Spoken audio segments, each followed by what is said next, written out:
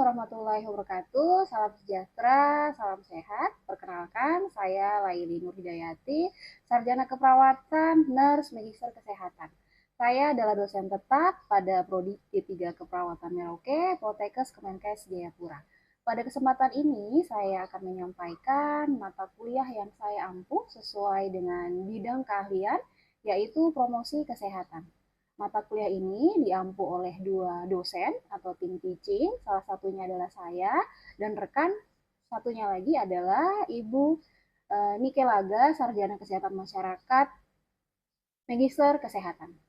Sebelum saya menjelaskan lebih lanjut, izinkan saya menyampaikan tentang mata kuliah promosi kesehatan. Mata kuliah ini merupakan salah satu mata kuliah pada kelompok mata kuliah humaniora. Mata kuliah promosi kesehatan dengan kode mata kuliah MTKB 2.2 berada pada semester 3 dengan bobot SKS, 2 SKS, 1 SKS teori, dan juga 1 SKS praktikum. Pembelajaran dilakukan sebanyak 16 kali pertemuan yang telah mencakup 1 kali pertemuan untuk ujian tengah semester dan 1 kali pertemuan ujian akhir semester. Pada mata kuliah ini menguraikan tentang konsep promosi kesehatan, 5 strategi, pendekatan dalam promosi kesehatan, perencanaan, monitoring, evaluasi promosi kesehatan, hingga melakukan pendidikan kesehatan, serta aplikasi dari promosi kesehatan dalam asuhan keperawatan, baik pada individu, keluarga, maupun kelompok. Pembelajaran dilakukan secara luring maupun daring, di mana menggunakan media aplikasi yang dimiliki institusi, yaitu Siakat dan juga Edlink dalam mengerjakan kuis maupun tugas. Untuk metode pembelajaran yang dilakukan yaitu kuliah, tutorial, diskusi, praktikum, role play, dan juga project based learning. Pada komponen PBL, mahasiswa mampu mengaplikasikan promosi kesehatan dengan melakukan penyuluhan kesehatan dengan memilih salah satu topik, diantaranya malaria, TB, HIV/AIDS, diabetes mellitus, stunting, infeksi menular seksual, dan juga hipertensi pada kelompok khusus ataupun masyarakat yang dibuktikan dengan video penyuluhan yang diunggah dalam media sosial ataupun channel YouTube, serta diupload dalam Google Drive yang telah dibagikan.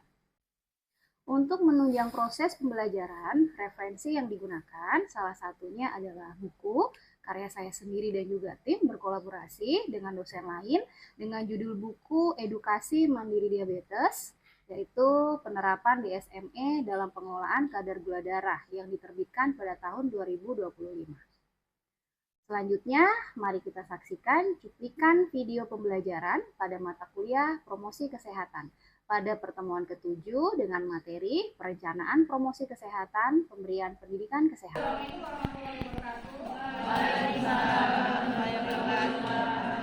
Baik, sesuai dengan rencana pembelajaran kita untuk keperawatan IPS ya, salah satunya itu kita akan sharing tentang pendidikan kesehatan. Ya, kita fokuskan pendidikan kesehatan pada pasien dengan HIV/AIDS atau dengan ODA. Oke, nah di pendidikan kesehatan ini salah satu materi di promosi kesehatan. Promosi kesehatan kan sudah menjadi salah satu mata kuliah kan saat kalian di semester berapa? 4 atau 3 ya? Ya, baik. Jadi artinya siang hari ini hanya mereview saja tentang apa itu pendidikan kesehatan. Kita fokuskan ke HIV/AIDS. Kita lihat satu-satu ya. Nah ini dia. Apa sih pendidikan kesehatan? Sama tadi yang disebutkan oleh dia. Apa itu PNKes? Ya, berusaha membantu individu supaya bisa menghadapi atau menjalani kehidupan atau kesehatan yang optimal untuk mengetahui ya, tahu, mau, dan juga mampu ya, tuh. Oke, ada mempengaruhi, memungkinkan, dan juga menguatkan keputusan sesuai dengan nilai dan tujuan individu sendiri. Berikutnya, menguntungkan apabila terjadi perubahan dari contoh HIV/AIDS ya kan, harusnya setelah kita berikan edukasi atau pendidikan kesehatan ya, kita ini adalah orang dengan kondisi yang resiko. Kita kan masuk orang yang resiko nggak? Resiko. Kenapa? Karena perilakunya. Kenapa perilakunya?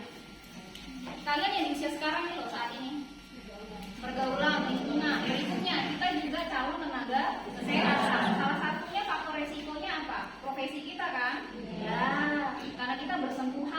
kontak erat dengan pasien-pasien infeksius yang kita tidak tahu. Mungkin di dalamnya salah satunya adalah klien dengan positif D20 atau HIV. Nah ini ya, jadi diharapkan ya tadi terjadi perubahan perilaku. Ada perilaku yang menguntungkan seseorang tersebut supaya dia aware, dia peduli bahwa profesinya, perilakunya, kebiasaannya, pekerjaannya, ya pergaulannya, nah, itu menyebabkan dia berisiko tertular HIV. Nah, di pendidikan kesehatan, ya nanti kita akan belajar prinsipnya, tujuannya, terus rancangan atau rencana. Kita lihat satu-satu. Oke, di sini ya prinsipnya pendidikan secara umum upaya yang direncanakan untuk mempengaruhi orang, baik individu, kelompok ataupun masyarakat untuk melakukan apa yang diharapkan. Ya perlu kita rencanakan nanti ya, agar tadi harapan kita orang semua itu sehat kan, tidak tertular atau terjangkit virus HIV/AIDS, supaya perilakunya bisa menghindari perilaku yang beresiko.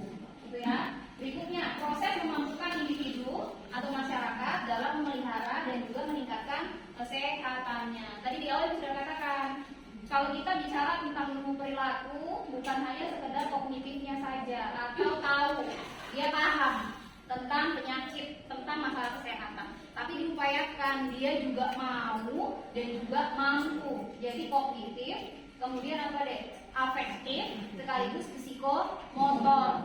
Dia tahu informasinya. Oh, tahu yang menyebabkan HIV itu adalah perilaku seperti ini, gonta-ganti pasangan, penggunaan jarum suntik, satu dipakai bersama, ya toh? Kemudian apa lagi? Narkoba. Kemudian apa lagi? Tertular HIV dari mana? Dari ibu yang positif B20 ya, kepada janin yang dikandung. Terus apa lagi? Perilaku apa lagi yang menyimpang ya, selain gonta-ganti pasangan apa deh? Sesama jenis LSL. Nah seperti itu ya, dia tahu tapi ternyata secara kemauan ya tadi nggak bisa nih mengontrol diri, tetap dia melakukan perilaku berisiko, tetap menjalin hubungan sampai dan seterusnya. Berikutnya kemauan, mampu itu sudah psikomotor, artinya sudah ada action. Dia tahu tapi tidak dilakukan dan tidak ada pergerakan, sama aja. Ya, jadi harus ada 3 kriteria itu. Kalau kita bicara mau perubahan perilaku gitu ya. Lalu herediter, apa sih herediter? Keturunan. Ya, ada beberapa penyakit masalah kesehatan yang berhubungan dengan genetik, ya, atau diturunkan. Contoh apa deh? Penyakit tidak menular. Yang minggu lalu tuh banyak kita bicara di jalan kesehatan. BTM, DM, ya kan, hipertensi, stroke itu juga, hiperkolesterol itu juga, ya. Oke, itu termasuk. Berikutnya, nah ini tujuan. Apa sih tujuan dari kita melakukan Menkes? Apa ini? Memandirikan individu agar dapat hidup sehat serta mendorong penggunaan sarana kesehatan dengan tepat. Diharapkan pasien klien itu mandiri, bisa mampu mengobati ya, menata laksanai bila mana tubuhnya atau dia sedang sakit. Berikutnya menggunakan fasilitas pelayanan kesehatan. Dia berobat ke dirinya, tapi tidak ke pelayanan kesehatan. Kemana? Ya tadi deh, dukun. Itu ya. Berikutnya sasaran. Ya, kalau kita bicara pendidikan kesehatan, tadi ya kita kan mengedukasi, menginformasikan ke orang lain. Jadi siapa sih orang lain itu? Mulai dari siapa ini? Tingkatnya paling rendah, individu, ya, keluarga, kelompok khusus, sampai ke masyarakat. Nah ini nanti yang menjadi sasaran saat kalian melakukan edukasi di keperawatan HIV. Siapa sasaran kalian? Kau mau individu, kau mau keluarga itu, atau kelompok khusus? Kelompok khusus di sini dimaksud siapa nih? Kalau kita bicara HIV, ibu hamil, remaja, tenaga kesehatan, masuk gak tuh? Ya, kelompok-kelompok pemasun, pengguna narkotika, narkoba, suntik. Tidak perlu kemarin apa deh? BTS. Iya. Apa kemarin BTS? Ya,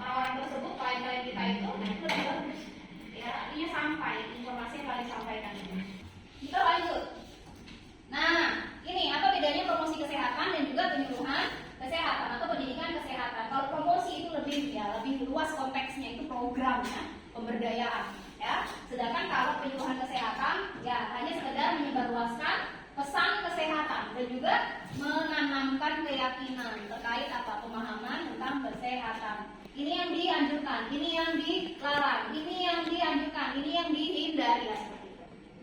Gitu ya. Oke. Lanjut deh. Ini penyuluhan. Oke.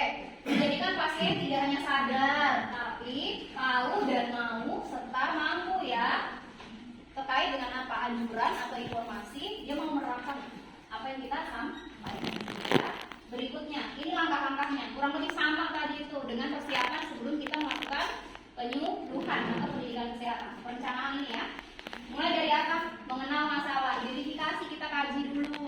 Benar enggak kelompok ini beresiko? Benar enggak adik-adik yang saya sebutkan ini pergaulannya kurang baik? Nah seperti itu. Harusnya begitu. Jangan sampai besok audiens kamu anak-anak remaja-remaja yang apa ya, yang baik-baik lah perilakunya, rajin gereja, ya kan? Waduh, jangan sampai nanti tidak tepat sasaran deh. Ya harus sebagai cewek sekalian atau cari anak-anak nakal memang. Gitu, ibu ini tambah susah deh. Ya seperti itu. Dan kalau misalnya anak gereja, kira-kira patuh nggak? Dia tahu kan hal yang baik dan hal yang buruk seperti itu. Ya tidak menutup kemungkinan juga sih. Ya, anak baik itu perilakunya juga baik. Tapi kan minimal dia pahamnya sering dipaparkan dengan ajaran-ajaran agama. Harusnya itu kan jadi benteng tuh. Ya makanya kok cari anak yang pemalas sekolah, pemalas gereja, tukang baku pukul, ya atau tukang baku maki, ya begitu deh. Ini kok rangkul masih deh. Kakak kita dulu ngobrol sini aja. Harusnya gitu. Itu contoh remaja. Dan kalau besok kamu mau BTS, ya boleh kalau BTS bebas. Gak usah kalau seleksi lagi itu kalau kayak begitu. Iya kan? Nah, masuk saja karena dia berisiko. Terus apa? Ibu hamil, ya boleh juga wajib itu. Tidak ada seleksi lagi, pokoknya ibu hamil aja. Supaya tidak terkaget-kaget. Ya, kita tidak tahu ya, kaget begini di screening awal ternyata justru beliau ini apa ya reaktif kan pemeriksaannya kita nggak tahu. Kayak gitu. Nanti silakan ya, jadi identifikasi dulu kita kaji. Berikutnya tentukan prioritas. HIV itu kan luas sekali ya materi ini. Jadi silakan besok memilih apa yang mau kamu fokuskan. Ya, itu. Silakan. Contoh, kamu sasaran kalian besok remaja, ya kok kaitkan lah pergaulan remaja yang bisa menyebabkan apa deh? HIV. Nah, kira-kira apa? Jangan tuh cerita semua kesana kemari sampai patofisiologinya segala pemasukan. Padahal sasarannya siapa? Remaja. Enggak, jangan. Ya, gitu. Menggunakan bahasa yang mudah dimengerti. Berikutnya tujuan penyuluhan. Ya, dimasukkan ya di situ. Tujuannya apa? Tujuan umum, tujuan khusus kan? Ya. Berikutnya sasaran. Sasaran tadi kalau remaja ya remaja. Ya, wanita-wanita ibu hamil, ya, ibu rumah tangga silakan. Kontennya, isiannya apa? Berikutnya metode. Metodenya apa? Mau ceramah, mau informasi, kenapa ada metode? Berikutnya adalah media atau sebagai alat peraga. Media ini contohnya apa aja deh? Poster, audiovisual, visual, ya toh? Film pendek, silakan. Berikutnya adalah terakhir ngapain? Evaluasi. Ya. Nah kita bahas satu-satu, singkat-singkat aja. Mengenal masalah. Ngapain ini? Kumpulkan data. Ya. Data pengkajian. Ya. Pengumpulan data dengan cara mengkaji, menanyakan. Apakah kumpulan remaja ini pernah diedukasi sebelumnya tentang penyakit menular seksual? Pernah tahu adik-adik tentang HIV itu apa? Minimal tahu begitu dulu deh sebelum ngumpulin mereka lalu kau kasih edukasi. Agen ini kan pasti sudah tahu itu. Ya, tapi kau tahu menularnya bagaimana? Ini katanya tuh kalau itu tuh aku cium-cium. Nah, misalnya nih, artinya kan belum sampai ke situ kan, belum tahu kan dia penularan secara ya benar gitu, secara konsep. Nah, itu boleh kau jadikan apa deh? Responden atau sasaran kau edukasi dia tahu. Usia segini itu juga tidak tahu, 3 dia sudah tahu berpelukan, ciuman dan seterusnya. Nah itu kan harus kau luruskan kan? Ya itu sudah perilaku untuk orang-orang dewasa. Ya itu kau masuk di situ, nah itu baru pas. Tuh, jadi gitu, jadi selektif nantinya. Ya dengan kamu mengkaji ini padanya kan tahu kira-kira sasaran kamu, klien kamu besok itu siapa sih orangnya yang mau kamu edukasi. Ya jangan sampai nanti mereka lebih tahu daripada kamu gitu loh yang dikhawatirkan itu. Gitu kan ya? Oke, ini ya. Apakah pasien telah mengetahui penyakit yang pernah diderita? Ya, lalu apa yang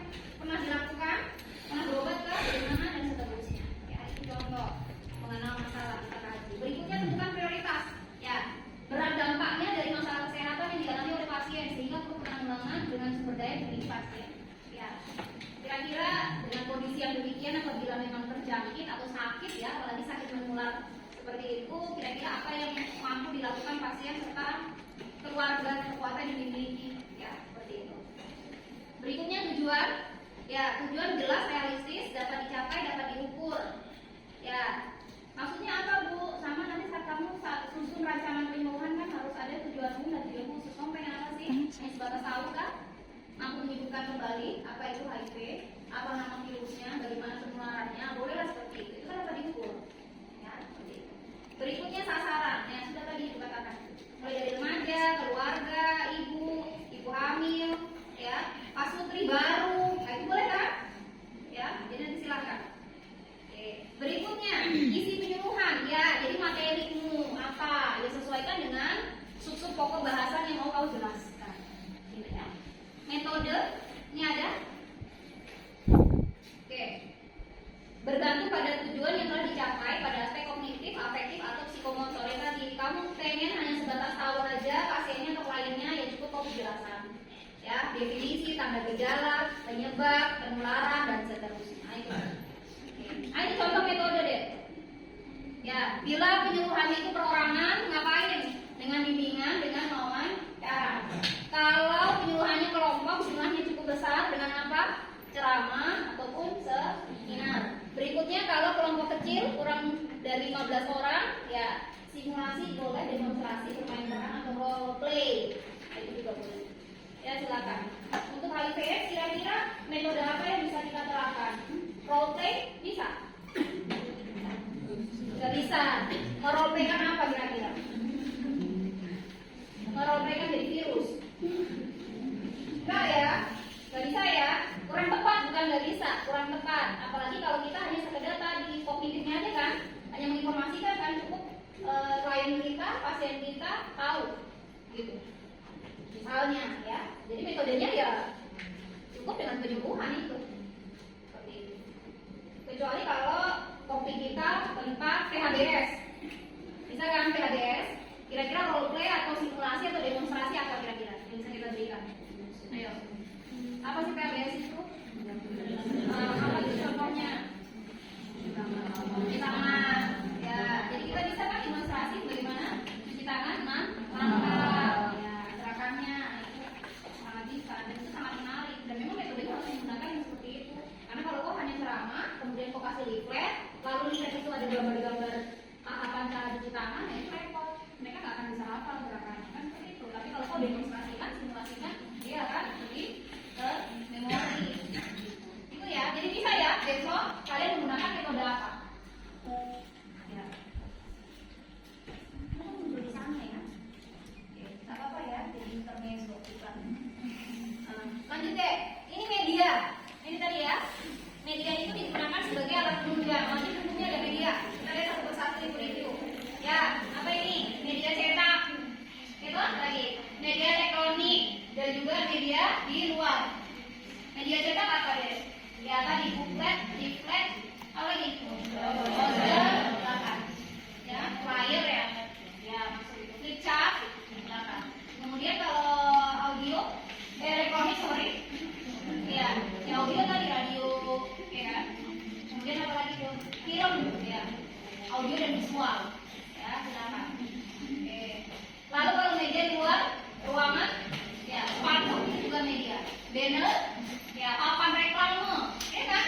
Ada tuh yang udah lama diturunkan ya, yang di pertigaan toko saudara itu kan jalan kalau dari sini, ya kan? Ada papan reklame besar banget tentang apa deh? Rokok, ya kan? Sebesar ukurannya itu seberapa itu? 2 meter ke 3 meter tuh, itu sudah diturunkan. Sudah lewat mungkin masa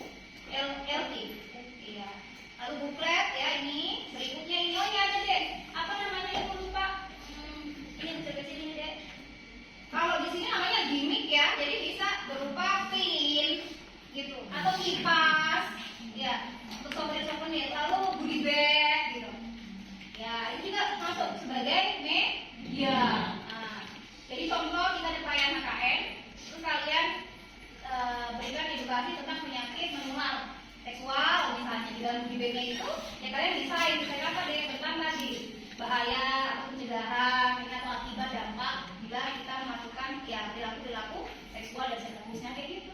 Itu masuknya tadi terngiang-ngiang atau tin. Nah itu kan lebih manis lagi ya. Silakan.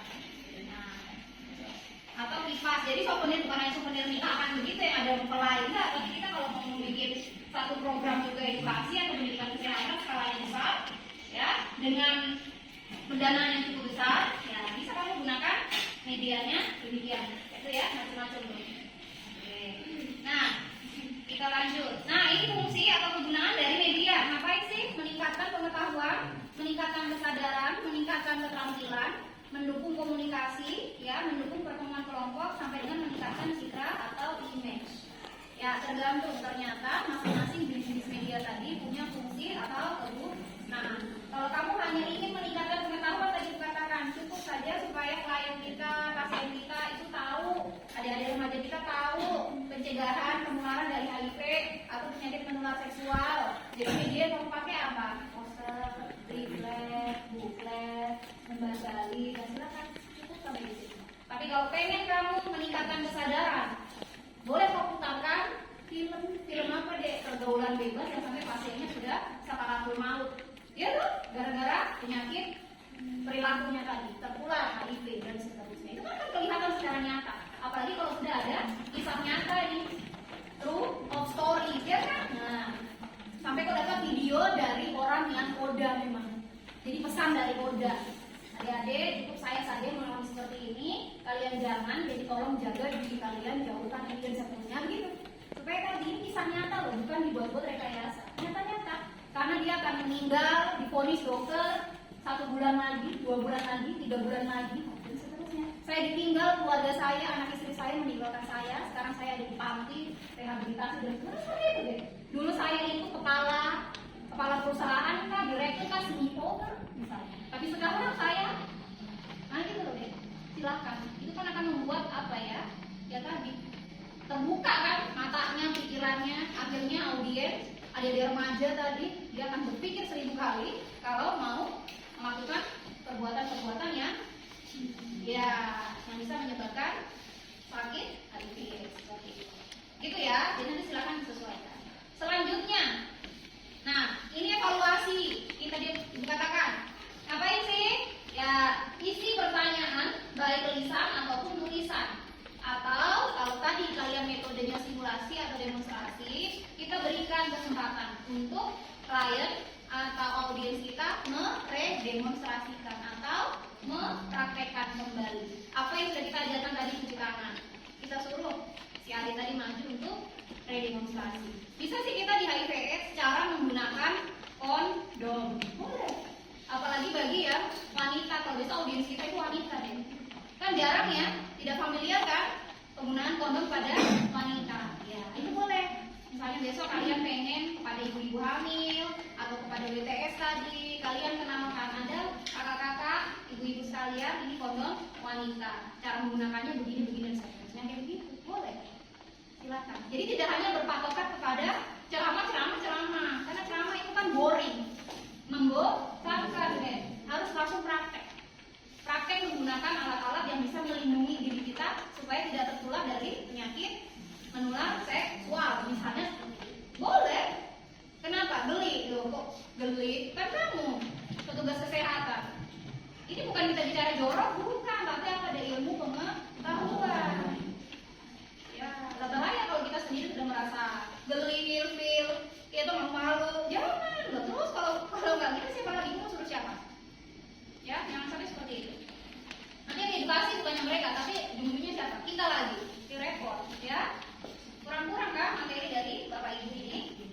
Nah, nih, apa yang harus kita buat tadi sebelum kita melakukan pendidikan kesehatan? Rancangan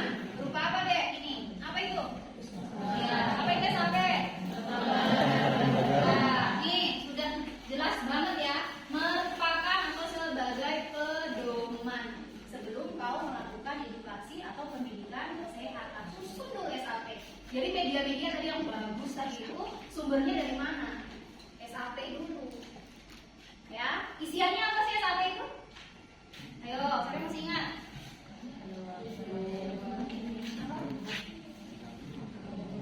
Pokok bahasan, terus pokok bahasan, sasaran, ya, tanggal, media, ya, betul sekali, itu ya.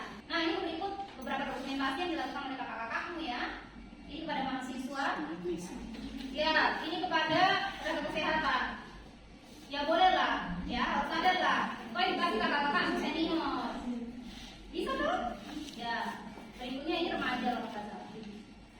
Ya, itu ya. Audiensnya cukup banyak kan? Oke, selesai dan terima kasih. Ada yang mau diskusikan? Tidak? Kalau tidak ada berarti itu yang evaluasi. Nah, iya kan begitu. Oke. Apa bedanya promosi kesehatan dengan penyuluhan kesehatan tadi? Ya, programnya lebih kompleks. Terus, ya betul sekali. Mengedukasi, memberikan informasi terkait dengan kesehatan. Oke, sebelum kita melakukan penyuluhan kesehatan, kita harus melakukan perencanaan. Apa yang kita susun? Apa yang kita sampai? Oke, pemilihan media. Bagaimana? Kalau sasaran kalian adalah seorang remaja dengan jumlah yang kecil, sedikit.